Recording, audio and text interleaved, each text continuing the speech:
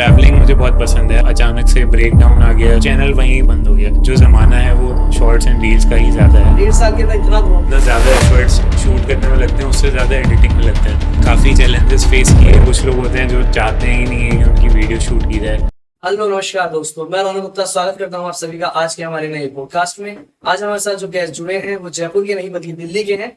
तो आज हम उनसे जानते हैं उनकी जर्नी के बारे में और उन्हीं के बारे में। तो चलिए मिलते हैं हम उमर भाई से। कैसे उमर भैया? आई एम गुड, आप बताओ। बस बढ़िया। अब उमर भाई हम आपसे जानना चाहेंगे आपके बारे में, क्योंकि आपके चैनल पर आपके बारे में बहुत कम है। आपके कंटेंट बहुत अच्छे होते हैं, वो उसका पता है, बट आपके बारे में बहुत कम ही पता है। तो एक बार हमारी ऑडियंस के लिए और हमारे लिए भी आपके बारे में थोड़ा जानना चाहेंगे। वेल सबसे पहले मैं चैनल से स्टार्ट किया। आपने तो चैनल पे ही आता हूँ कि बेसिकली जो मेरा चैनल है वो मैंने 1 साल पहले स्टार्ट किया था। अपनी थोड़ी सी जर्नी बताता हूँ आपको एक शॉर्ट उसमें। तो मेरा जो मन था वो ट्रैवलिंग मुझे बहुत पसंद है, अलग अलग स्टेट्स में जाना। मतलब इंडिया के काफ़ी स्टेट्स मैंने घूमे हुए हैं।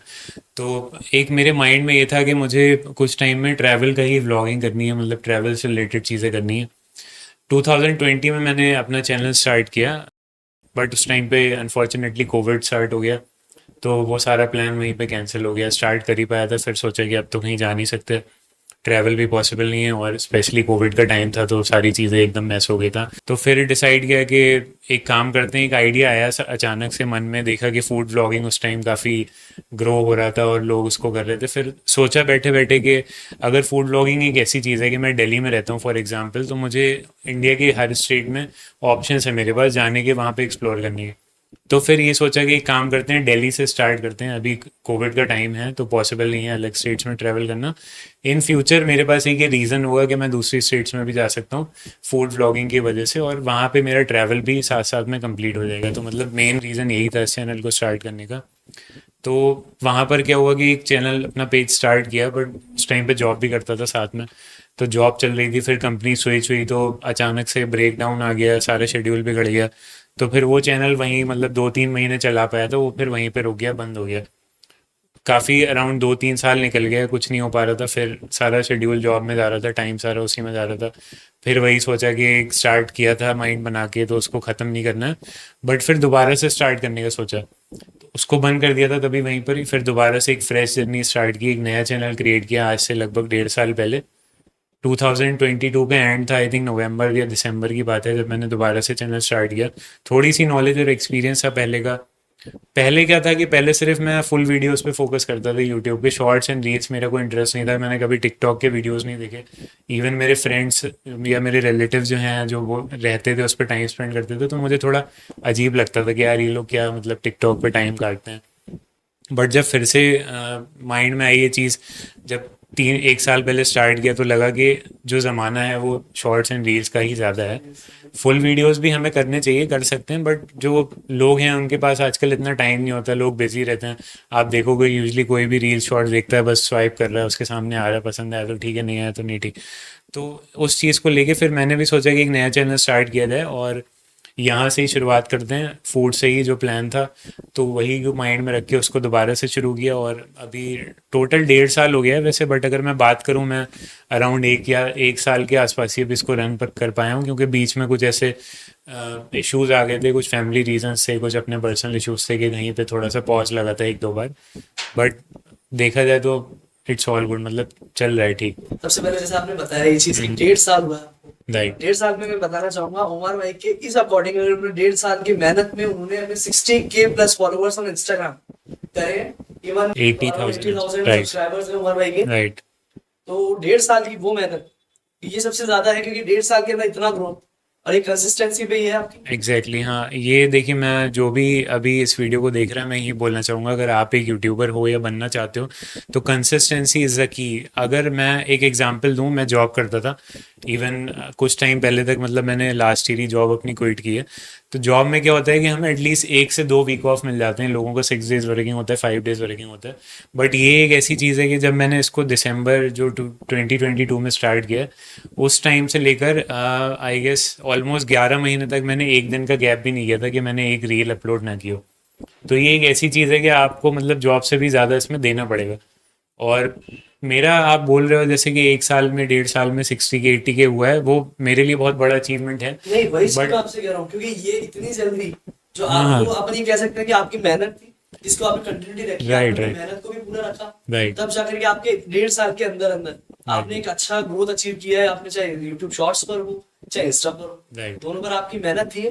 बिल्कुल बिल्कुल, मेहनत तो थी, बाकी साथ में कुछ ऊपर वाले का हाथ भी है कि अपना एफर्ट्स मैंने किए और उसने ऊपर मुझे वाले का सपोर्ट हाथ किया। तो बिल्कुल हमारे में रहता है, बट अगर अपना एफर्ट ना हो तो ऊपर हाँ वाला हाँ, साथ नहीं ऑब्वियसली, देता है। राइट राइट, बिल्कुल। तो वही है कि देखा जाए तो वैसे एक तरह से मैं सोचूं, अगर ये बहुत टफ भी है, एक तरह से मैं देखता हूँ अगर मैं इस चीज़ में हूँ, मैं काम करता हूँ, तो मुझे लगता है कि बहुत इजी भी है अगर आप इसको थोड़ा सा अपना दिमाग यूज़ करोगे। आप कैसे क्रिएटिव कर सकते हो, कैसे चीज़ों को आप ऑब्जर्व कर सकते हो, उसको कैसे शो कर सकते हो लोगों को, तो बहुत ईजी है। मतलब 1 साल नहीं, अगर मैं बोलूँ तो बंदा 2-3 महीने में भी इस लेवल तक पहुँच सकता है अगर वो चाहे तो। उमर भाई, एक चीज जानना चाहेंगे सबसे पहले, जी आपके बिल्कुल। चैनल का नेम है, आपके पेज का नेम है रियल फूडलर। राइट। तो ये रियल फूडलर नाम कैसे पड़ा? देखिए, नाम तो वैसे फूडलर ही है इंस्टाग्राम पे, बट एक यूज़र नेम जो होता है इंस्टा पे तो वो रियल फूडलर है। उसका रीज़न ये है कि जब पेज क्रिएट किया तो फूडलर माइंड में इसलिए आया कि पहले जैसे मैंने बताया कि ट्रैवल मेरा मन था, बट वो नहीं कर पाया जो भी रीज़न से, तो फिर फूड पे स्विच किया। फूडलर इसलिए रखा कि ट्रैवलर एक माइंड में था, तो ट्रैवलर को फूड से कंपेयर किया, तो वो फूड और लास्ट का ट्रैवलर का एल ई आर, तो वहाँ से फूडलर नाम दिमाग में आया कि फूड प्लस ट्रैवल का ट्रैवलर हो गया तो फूडलर। तो उससे फिर जो यूज़र नेम आते हैं, यूजली आप जब भी अकाउंट क्रिएट करते हैं तो वहाँ पे ऑप्शन होता है। चाहता तो पहले फूडलर ही रखना था कि सिंपली इसको रखता हूँ जो नेम है, बट वहाँ पे वो पिक नहीं कर रहा था उसमें। तो फिर माइंड में आया कि यार मतलब ये पहला ऐसा नाम है, क्योंकि ऐसे पेजेस कोई नहीं थे इंस्टाग्राम पे। तो फिर सोचा कि इसमें रियल लगा देता हूँ, बेबी इन फ्यूचर अगर कोई यूज़र नेम पिक करेगा तो एटलीस्ट लोगों को पता होगा कि this is the only real Foodler page जो सबसे पहले स्टार्ट हुआ था। तो वहाँ से ये रियल फूडलर पड़ गया। यार, ये आपको ट्रैवलिंग प्लस फूडिंग दोनों मिला के आपने कर दिया, ताकि आपने ये रहे कि भाई मुझे फूड भी कवर राइट करना है, मुझे ट्रैवलिंग भी करनी है। राइट राइट, दैट्स व्हाई आपके चैनल का नाम बड़ा फूडलर। बिल्कुल। और अब उमर भाई, एक चीज जानेंगे, आपकी टीम, जैसे कि आपके इतने वीडियोस होती हैं, आपके बहुत शॉर्ट्स भी चलते हम्म। हैं यूट्यूब पर, तो 99% आपके शॉर्ट्स ही है। टीम तो एज सच कोई नहीं है। मैं आपको बताऊं कि जैसे मैं दिल्ली से स्टार्ट किया मैंने, तो सबसे पहला जो मैं एक टीम बोलूँगा आपको तो वो मेरी वाइफ है, जो मेरा बहुत बड़ा सपोर्ट रहा है। क्योंकि मैंने पहले दिन जो अपना पहला वीडियो शूट किया था, तो वहाँ पर भी वही मेरे साथ थी। उसको सारी चीज़ें उसे भी इवन पसंद है, एंड वो मुझे चाहती थी कि मेरा ये आइडिया था, मेरा प्लान था, बट पुश उसका भी था साथ में। उसका भी था कि मैं कुछ ऐसा करूँ जो एक डिफरेंट हो, जो फैमिली में किसी ने ना किया हो, और उसमें हमें आगे बहुत अच्छी जगह मतलब ग्रोथ मिले। तो उसका भी एक बहुत बड़ा पुश रहा है। स्टार्टिंग में जो भी मैंने इनिशियल डेज में वीडियोस शूट किए दिल्ली में या बाहर, तो हर जगह वो मेरे साथ थी। उसके अलावा कभी ऐसा हुआ कि मैंने किसी स्टेट में ट्रैवल किया पर्टिकुलरली, वो नहीं है, तो फिर वहाँ के कुछ लोकल फ्रेंड्स हैं, उनका सपोर्ट रहा है मेरे साथ। मेरे होम टाउन के जो वीडियोस रहते हैं वहाँ पे मेरे कुछ सिलेक्टेड फ्रेंड्स हैं, उनका सपोर्ट रहा है। और जैसे मैं कभी किसी स्टेट में ट्रैवल करता हूँ तो वहाँ पे हमेशा अकेले ही मैंने किया, कोई टीम का सपोर्ट नहीं था। इवन कभी कभी ऐसा होता है कि इंस्टाग्राम पे कुछ रैंडम लोगों के मैसेजेस भी आते हैं कि आप वीडियो के लिए हायर कर लो या आप किसी एडिटर को ढूंढ लो। बट टू बी ऑनेस्ट, ये एक ऐसी चीज़ है, अगर मेरी बहुत अर्निंग भी हो रही होती है अभी, या मैं उस लेवल पे होता, तो भी मुझे लगता है कि मैं खुद ही करूँगा तो ज़्यादा बेटर है। क्योंकि मेरा ऐसा मानना है कि मैं आपको बताऊं कि जितना ज़्यादा एफर्ट्स शूट करने में लगते हैं उससे ज़्यादा एडिटिंग में लगते हैं। तो कहीं ना कहीं कभी फील होता है कि यार ये बहुत टफ काम है, बहुत मुश्किल है, लेकिन फिर मुझे लगता है कि अपने ही काम है तो अपने तरीके से करूँगा ज़्यादा अच्छा है। तो इसलिए आज तक जो भी 1 साल का टाइम रहा है, इसमें मेरी कोई ऐसी टीम नहीं थी। जो भी है, जो मैंने आपको बताया कि मेरी वाइफ का सपोर्ट रहा, और मेरे कुछ फ्रेंड्स हैं जो होम टाउन में मेरे हैं, वहाँ कभी जाना होता था तो उनका सपोर्ट है। अगर आप YouTube नहीं कर रहे होते, जैसे अगर आज तो चलिए आप YouTube और एक इन्फ्लुएंसर के रूप में क्या काफी अच्छा परफॉर्म कर रहे हैं, काफी अच्छी आपकी ग्रोथ है, आप कर रहे हैं उसे। राइट। अगर ये ना करते, तो आप इसके अलावा कौन सी आपकी क्या हॉबीज थी, या कुछ और आपने सोच रखा था कि भाई मुझे कुछ और करना है? हाँ, एक्चुअली हॉबीज़ तो देखिए नहीं बोलूँगा मैं, एक मेरा पैशन था बचपन से। इवन अपने स्कूल टाइम से मुझे सिंगिंग का बहुत शौक था। तो अगर मैं अभी कुछ टाइम पहले की बात करूँ, अराउंड 2017 16 18 में, तो मेरा एक बैंड भी रहा था, म्यूज़िक बैंड, दिल्ली में कुछ टाइम के लिए। तो वैसे तो मैं जॉब कर रहा था पहले, मैंने आपको बताया, एक लास्ट ईयर तक। वो तो एक चलिए ऐसी चीज़ है जो नेचुरली आजकल मतलब मोस्टली लोग करते ही हैं अपना नॉर्मल एक इनकम के लिए, अपने सरवाइव करने के लिए। बट हॉबी यही है कि अगर मैं उसको बोलूँ कि मेरा जो था, सिंगिंग का शौक था मुझे। काफ़ी टाइम से रहा है। मैंने इवन 2011-12 में मैंने इंडियन आइडल सारेगामा के ऑडिशंस भी दिए हैं, मैं उस फेज में भी निकला हूँ। इवन दिल्ली में मैंने ऐसी सिचुएशन भी देखी कि मैं 2 दिन तक रोड पे रहा था। मुझे याद है मेरी लाइफ का फर्स्ट ऑडिशन था सारेगामा का, 2010 या 11 की बात है। बहुत मुश्किल से मेरे पापा ने मुझे परमिशन दी थी कि तुम जाने के लिए, मतलब उस टाइम पे हमेशा से मैं उनसे थोड़ा डरता था, उनसे कुछ चीज़ें पूछने में। वैसा थोड़ा सा उनका एक रहा है मेरी लाइफ में कि वैसे बहुत अच्छे थे, बट एक डर रहता था हमेशा कि उनसे कुछ पूछूंगा बोलूंगा तो मुझे डांटेंगे या कुछ बोलेंगे। तो बहुत मुश्किल से जब मुझे पता लगे ऑडिशंस हो रहे हैं दिल्ली में, मेरे पास चांस है, मैं अप्लाई किया उसके लिए तो मैं जा सकता हूँ। तो मैं गया वहाँ पे, जून का टाइम था, एक स्कूल में ऑडिशन से 2 दिन के बाद मेरा नंबर आया था। मतलब वहाँ पे ये हाल था कि इतने सारे लोग थे कि मैंने इमेजिन नहीं किया था। लाइन लगी हुई थी बहुत लंबी, और स्कूल में ऑडिशन थे, रोड पे लाइन लगी थी, मुझे भी नहीं पता कहाँ तक लाइन जा रही थी, बट बहुत लंबी लाइन थी। तो जिस क्यू में मैं था, मेरा स्टेज तक पहुंचने का जो मेरा फर्स्ट राउंड था, उसमें ऑलमोस्ट 2 दिन लग गए थे। तो आप सोचो, रात में हमने वहीं पे स्पेंड किया था अपना टाइम, राइट, साइड में चादर बिछा के। मतलब ऐसी ऐसी सिचुएशन थी। तो एक मेरा माइंड में था कि मुझे हमेशा आगे लाइफ में सिंगिंग में ही कुछ करना है। तो जब मैंने 2017-18 में एक ऑफिस में मुझे कुछ फ्रेंड्स मिले, उनके साथ बॉन्डिंग हुई, वो अच्छे म्यूजिशियन थे, उसमें गिटार वगैरह अच्छा प्ले करते थे वो, तो हमने मिलके एक बैंड स्टार्ट किया। तो उस टाइम पे हमने कुछ शोज भी किए दिल्ली में, छोटे मोटे 2-3। मन यही था कि जॉब के साथ सिंगिंग में कुछ करना है, but I don't know, to be honest, मुझे भी नहीं पता कि क्या हुआ कि उनसे वो अपनी लाइफ में कहीं बिजी हो गए, उनका कुछ शेड्यूल चेंज हुआ, जॉब चेंज हुई उनकी, मुझसे मिलना उनका बंद हो गया, मैं भी थोड़ा सा ट्रैक मेरा चेंज हो गया कि मैं दूसरी जॉब में चला गया।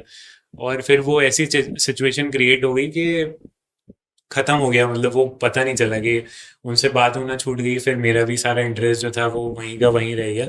आज भी इवन मैं सोचता हूँ कि अभी मैं आपको बताऊँ, कुछ दिन पहले ही मेरे माइंड में आ रहा था कि यार मैं इस पेज को रन कर रहा हूँ, तो क्यों ना मैं एक साथ में ये एक ऐसा टाइम है कि मैं अपने टैलेंट को, अपनी सिंगिंग को लोगों तक नॉर्मली रील्स एंड शॉर्ट्स के थ्रू भी पहुंचा सकता हूँ। तो मैं कुछ नहीं करना है मुझे, घर बैठ के एक और चैनल क्रिएट करना है, अपने शॉर्ट्स बनाने हैं गाने के 1 मिनट के, और उनको अपलोड करना है।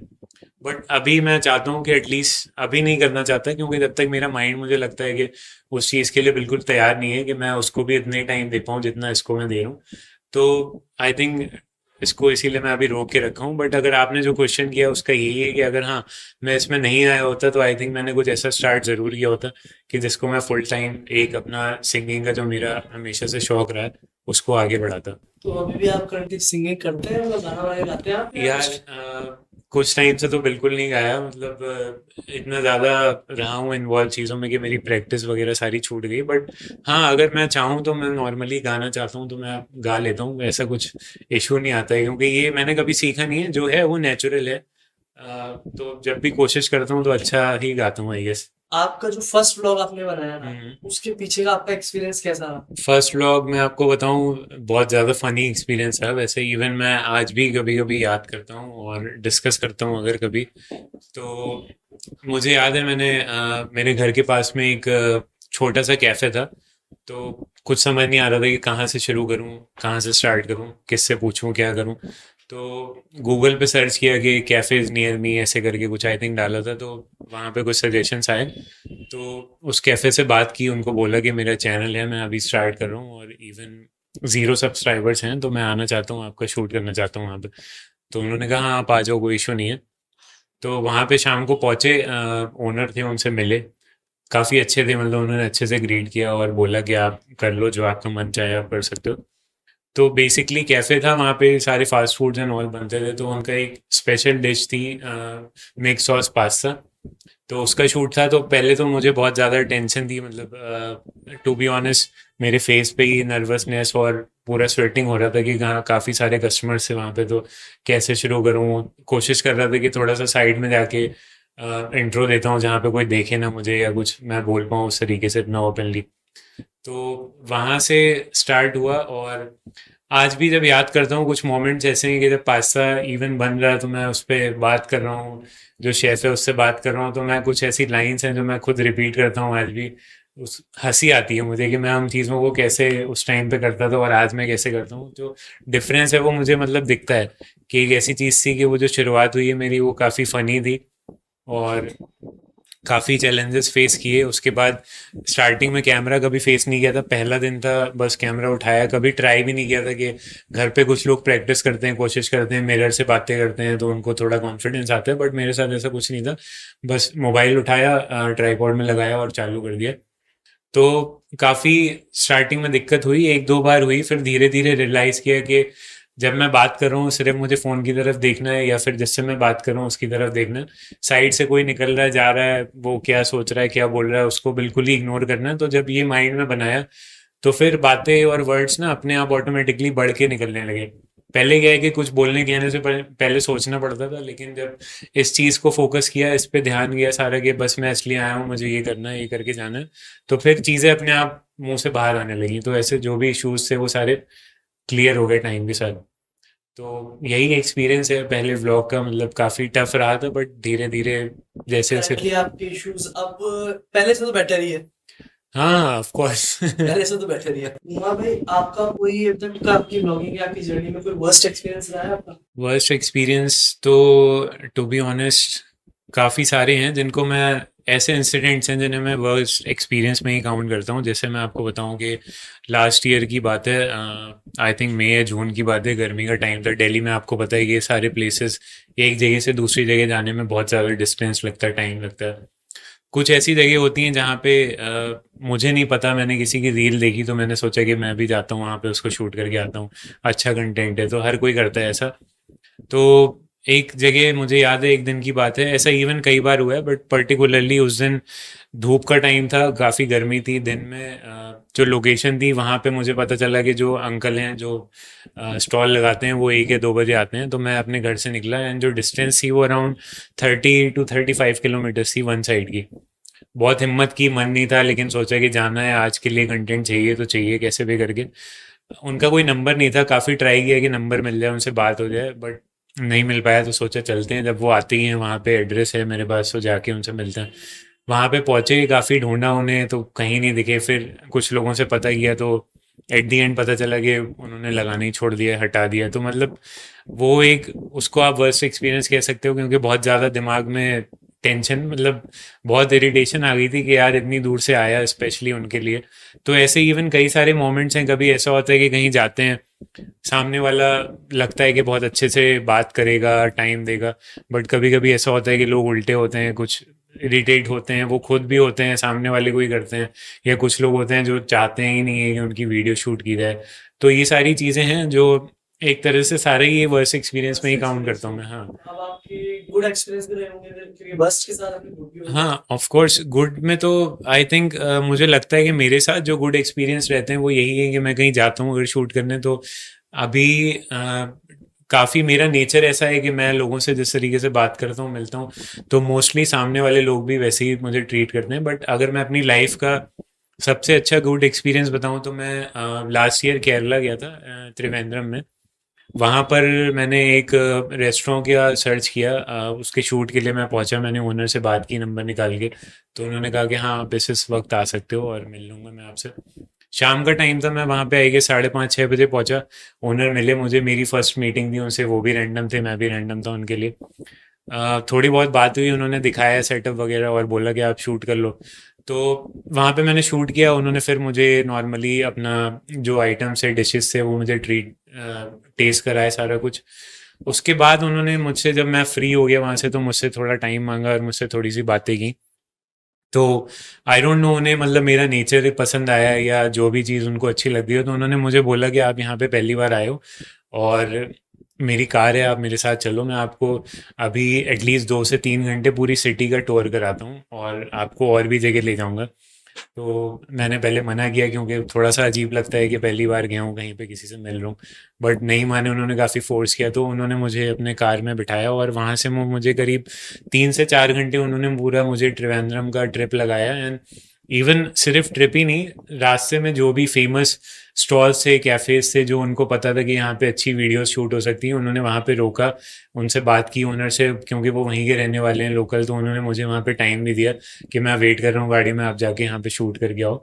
और रात में एक बीच पे ले गए, वहाँ पे घुमाया, काफ़ी टाइम स्पेंड करा वहाँ पे मैंने, फिर वापस मुझे मेरे होटल में ड्रॉप किया। तो आई थिंक मेरी लाइफ का जो इस से रिलेटेड सबसे अच्छा एक्सपीरियंस है वो यही है कि मैं आज भी उनसे टच में हूँ, मेरी बात होती है। सबसे और बेस्ट और आपका गुड एक्सपीरियंस यही रहा है हाँ राइट, इवन वो मतलब मुझे इतना मानने लगे हैं कि मुझसे बोलते हैं कि आप कभी केरला आओ, मैं आपकी टिकट्स बुक करा देता हूँ, स्टे भी आपका सारा जिससे करा अपन कह दूँ। सकते हैं मेमोरेबल भी आपका रह गया राइट राइट एग्जैक्टली। तो वो मेमोरेबल कभी डिलीट हो नहीं सकता बिल्कुल बिल्कुल, हाँ, तो जिस तरीके से उन्होंने मुझे ग्रीट किया, मेरे साथ मुझे सारा वहाँ पे दिया टाइम, तो उसको मैं बहुत ज़्यादा अच्छा मानता हूँ। और आपको भी पता है कि आज के टाइम में लोग मतलब कहीं जाते हैं हम शूट करने, तो लोग इवन उस चीज़ को भी बहुत ज़्यादा टाइम देते, बहुत बड़ी बात है, क्योंकि बंदा अपने काम में बिजी होता है, कोई सबसे भी बड़ी ऐसा। बात ये होती है जैसे कि आज राइट भी मैं कहूँगा सर आपने हमें टाइम दिया है हमारे ऑडियंस के लिए थैंक यू, कोई प्रॉब्लम नहीं।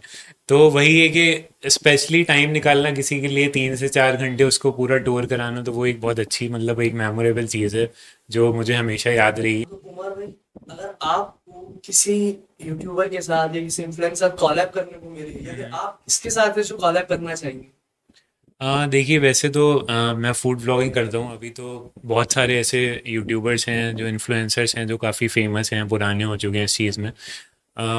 एग्जाम्पल दूँ मैं आपको, मैं काफ़ी लोगों को फॉलो करता हूँ, इवन जैसे हमारे दिल से फूडी हैं करण दुआ, उनका मैं चैनल काफ़ी पहले से देखता आ रहा हूँ। गौरव वासन है स्वाद ऑफिशियल वाले, उनको भी देखता हूँ।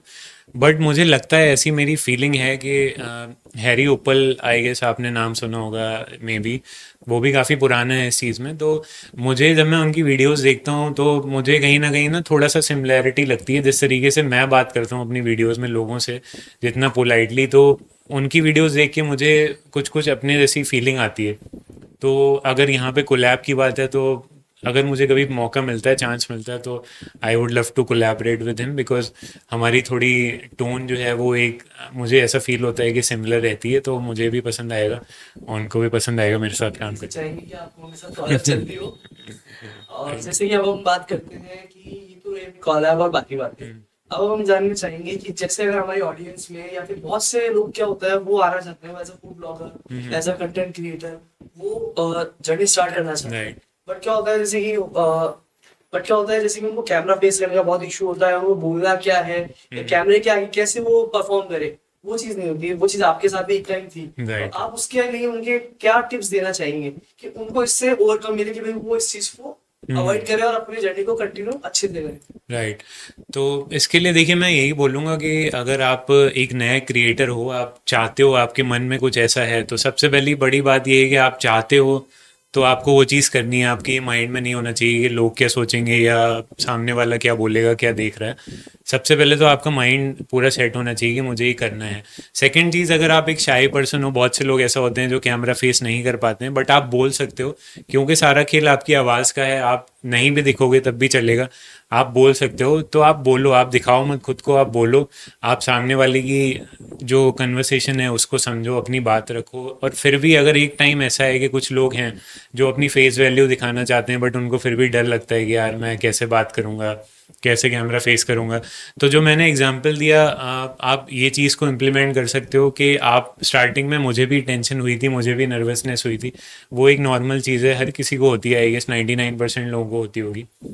आप कैमरा स्टार्ट करो, आप चालू करो, आपको बुरा लगेगा, डर लगेगा, टेंशन होगी, पसीना आएगा, बट आप करो। आप 5 मिनट का वीडियो शूट करो, 10 मिनट का करो, जितना मर्जी उतना करो, 2 मिनट का करो, उसके बाद आप वहीं पे उसको छोड़ दो। अगले दिन आप फिर से 1 मिनट का उसमें ऐड करके दोबारा से शूट करो। मतलब 5 दिन 10 दिन आप करोगे, धीरे धीरे आपके माइंड में जो चीज़ मेरे माइंड में आई थी वही आ जाएगी कि यार मुझे तो अच्छा लग रहा है, ये बहुत अच्छा काम है। बाद में जब आप अपनी वीडियोस को देखोगे तो आप सोचोगे कि यार मैं कितना अच्छा बात कर रहा हूँ, कितने अच्छे से मैं इसको प्रेजेंट कर रहा हूँ इस चीज़ को। तो फिर सारी जो शाइनेस है वो ऑटोमेटिकली निकल जाती है, मतलब आपको कोई परेशानी नहीं होगी उस चीज़ में।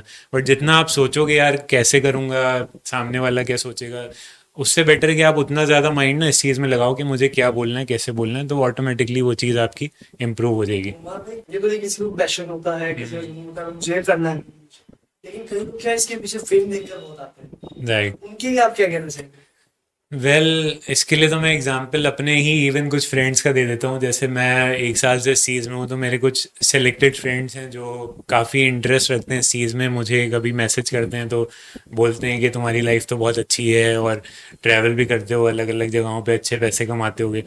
तो मुझे ऐसा फील होता है कि ऑब्वियसली जो ऐसा सोच रहा है उसके दिमाग में यही चीज़ है कि यार ये तो बहुत ऐश कर रहा है, बहुत ज़्यादा पैसा कमा रहा है।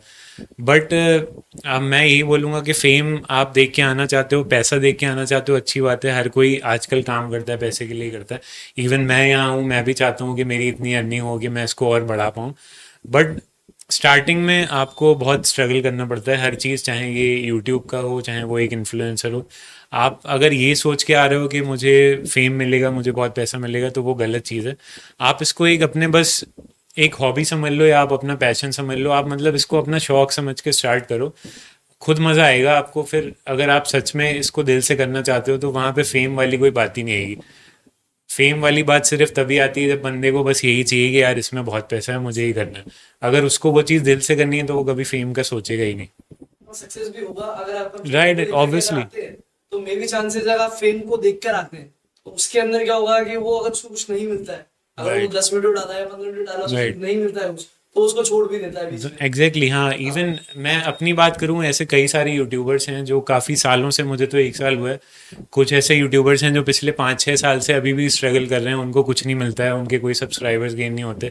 आई डोंट नो क्या प्रॉब्लम है। कुछ अच्छे यूट्यूबर्स भी हैं जो अच्छे वीडियोस बनाते हैं, बट तब भी नहीं चल रहा है। बट स्टिल वो कर रहे हैं, मे बी उनको उसमें मज़ा आ रहा है इसलिए वो कर रहे हैं।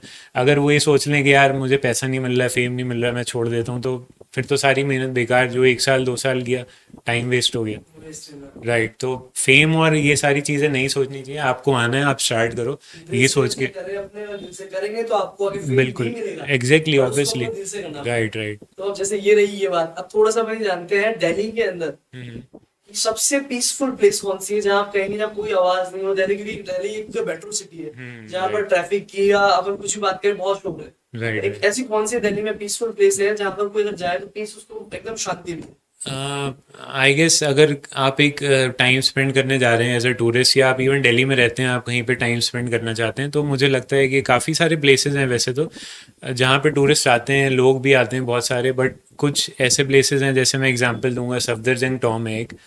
तो उसका जो एरिया है वो काफ़ी पीसफुल है। प्लस अंदर आप जब जाते हैं टोम के, तो वहाँ पे काफ़ी कम लोग आते हैं। काफ़ी अच्छा बनाया हुआ है, उसको बहुत अच्छे से मेंटेन किया है, तो आपको ऐसी फीलिंग भी नहीं आएगी कि आप किसी उजड़ी हुई जगह पे आ गए। तो आप कभी भी जाना चाहते हैं एक पीसफुल जगह, तो आप वहाँ जाएंगे तो you will have a very quality time. बहुत अच्छा लगेगा आपको। तो जैसे कि अगर कोई दिल्ली आता है हम्म। तो उसके लिए आप क्या सेफ्टी टिप्स या फिर कोई ट्रैकिंग टिप्स देना चाहेंगे उसे। सेफ्टी टिप्स तो मैं यही बोलूँगा कि वैसे तो लोग बताते हैं, बट ऐसा कुछ नहीं है। Delhi is safe. जितना मैंने ऑब्जर्व किया है, मैं पिछले 13 साल से दिल्ली में हूँ, 14 साल से। इट्स टोटली सेफ़ वैसे उस तरीके से। बाकी हाँ, अगर आप के हाथ में है कि आप थोड़ा कोशिश करोगे, आप कभी आते हो, आप किसी पे ट्रस्ट मत करो इतना ईजिली। आप अपनी चीज़ें ना बताओ, शेयर मत करो, चाहे वो टैक्सी वाला हो, कैब वाला हो, कोई आपका होटल वाला हो। सारी चीज़ें आपकी पर्सनल है, आपको अपने तक रखनी चाहिए। आपको कुछ इन्फॉर्मेशन चाहिए, आप फ़ोन पे देख लो, आजकल गूगल सब बताता है। उसके अलावा आप जहाँ स्टे कर रहे हो वहाँ के मैनेजर से या किसी से पूछ लो। अपार्ट फ्रॉम दिस, आप किसी मार्केट जाते हो, वहाँ पे कुछ रेस्टोरेंट्स होते हैं, कुछ ऐसी शॉप्स होती हैं, आप उनसे हेल्प ले सकते हो। ट्रैवल करने के लिए मेट्रो इज़ बेस्ट, उसमें आपको किसी की हेल्प की ज़रूरत नहीं है। सारा कुछ लिखा होता है, सारा कुछ आपके सामने है, तो आपको किसी से कुछ पूछना नहीं है। उसके अलावा गूगल पे आपको सारे रास्ते दिख जाएंगे। तो जैसे कहें तो दिल्ली में तो मेट्रो और दिल्ली की जान। हाँ, ऑफ कोर्स, अगर मेट्रो नहीं लेते तो आप बस भी ले सकते हैं। Buses are also good. आपको रूट पता है तो आप बस ले लीजिए, कहीं भी जाना है, इवन लेट। बस रिलायबल है। तो उमर भाई अभी ये सारी बातें तो हुई, अब थोड़ा सा अपन रैपिड फायर करें। Okay, sure. सब tourist gems in Delhi. Humayun tomb, Hauz village, India Gate is good for walking. I think these are the main. Best Delhi street food. Street food में तो छोले कुलचे आपको हर 10 कदम पे मिल जाएंगे। छोले भटूरे, चाट टिक्की। बेस्ट तो मैं कहूँगा कि छोले भटूरे एंड छोले कुलचे, क्योंकि आप हर 10 कदम पे उनको छोले पाओ। भटूरे मुझे दिल्ली की जान में जाता है। Right, right. देन आपका फेवरेट ऐप आपके फोन में जो आप मोस्टली यूज करते ही करते हैं। यार ये तो इंस्टाग्राम सबसे। कॉफी और tea. Tea. Dream vacation destination आपकी इंडिया में या बाहर? इन इंडिया, बस in in India, Kashmir. Outside India. Outside India New Zealand. हाँ, मुझे थोड़ा हिल स्टेशन से ज़्यादा प्यार है तो इसलिए। पेट्स वगैरह पसंद है आपको? दूर से पसंद है, पास दूर नहीं। से। फेवरेट मूवी आपकी जो अभी तक की रही होगी आपकी, वो एक फेवरेट रॉकस्टार। मूवी? हाँ। फेवरेट इंस्टाग्राम अकाउंट जिन्हें आप रेगुलरली हम्म। फॉलो करते हैं या फिर आप वो देखते रहते हैं क्या पोस्ट आया क्या है? हाँ, ये तो मैं फूड में हूँ तो मैं फूड व्लॉगर्स को ही करता हूँ यूजली। हाँ, हैरी उपल, स्वाद ऑफिशियल, ये कुछ मेन अकाउंट्स हैं जिनसे मुझे थोड़ा सा आप बोलोगे सीख मिलती है कि कैसे इम्प्रूव कर सकते हैं अपनी चीज़ों को। हाँ, one word to describe your style. Style simple है, बस सिंपल सी वर्ड। मैं कहना चाहूंगा कि उमर में मैंने जैसे आपसे पहली बार हाँ हाँ, राइट, पहली बार। तो पहली बार में मैंने आपको जितना जाना है अभी तक, simple and sweet nature. Thank you so much. हाँ, मेरा जो है वो सामने है, एज सच मैं लोगों से नॉर्मली मिलता हूँ, ऐसे ही रहता हूँ। बिल्कुल, आपका जो पोलाइट नेचर है वो सबसे ज्यादा है कि सामने वाले के साथ आपका जो नेचर है हाँ। वो क्रैश नहीं हो सकता, बस ये है। ये मैं आपको एक एग्जांपल भी देता हूँ। जो मैं केरला में रहा हूँ तो वहाँ पे मैं इवन किसी से मिला था तो मैंने उनको बोला कि यहाँ के लोग बहुत ज़्यादा पोलाइट हैं, मुझे बहुत पसंद आया है, जिनसे भी मैं मिल रहा हूँ वो मुझे बहुत अच्छे से ट्रीट कर रहा है। तो उन्होंने मुझे बोला कि they are good with you because you are good with them. तो वही चीज़ है कि उनको कहने का मतलब उनका ये था कि अच्छे हैं बट उतने भी नहीं हैं जितना वो मेरे साथ हैं, क्योंकि मैं उनके साथ अच्छा हूँ तो वो मेरे साथ अच्छे बने हुए हैं। तो वही चीज़ है, और मैं मानता हूँ कि आप जिससे भी मिलिए उससे अच्छे से मिलिए। हाँ तो दोस्तों, ये था आज का हमारा नया एपिसोड। आज उमर भाई के साथ हमारी कन्वर्सेशन में आपको क्या अच्छा लगा वो आप हमें कमेंट में जरूर बताएं। हम आपसे मिलते हैं अगली वीडियो में, तब तक आप हमारी वीडियो को लाइक शेयर एंड सब्सक्राइब जरूर करें।